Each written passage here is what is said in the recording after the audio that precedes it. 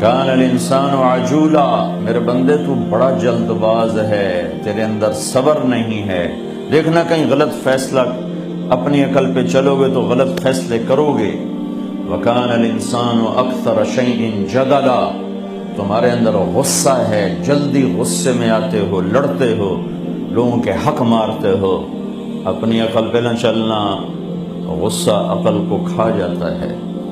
وَكَانَ الْإِنسَانُ قَتُورًا، میرے بندے تو بڑا کنجوس ہے، بخیل ہے، پیسہ دے دوں تو اور کی ہوس لگ جاتی ہے، سمیٹنے کے لیے اوروں پر ڈاکے ڈالتا ہے۔ ایک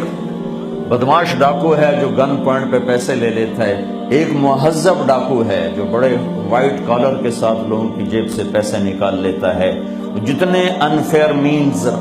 ہیں مال کمانے کے، یہ سب وائٹ کالر ڈاکو ہے۔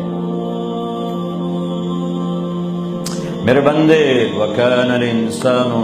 كَفُورًا، تم ناشکرا بہت ہے، تھوڑی سی تکلیف آ جائے تو میرے سارے احسان بھول جاتا ہے، تو لہٰذا تو اس قابل نہیں ہے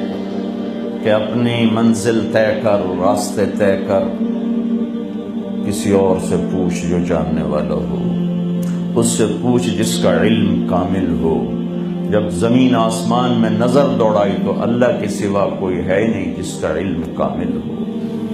چونکہ علم کامل کے لیے ضروری ہے کہ ہر شے اس کی آنکھوں کے سامنے ہو،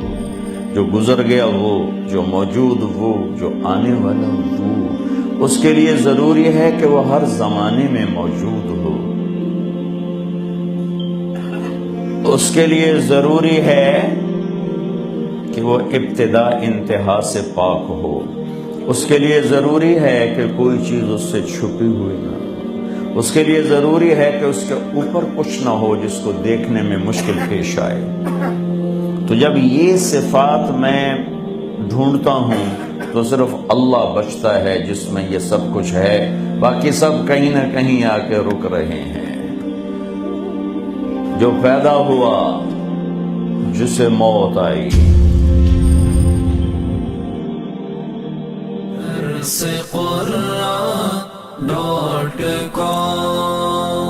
www.darsequran.com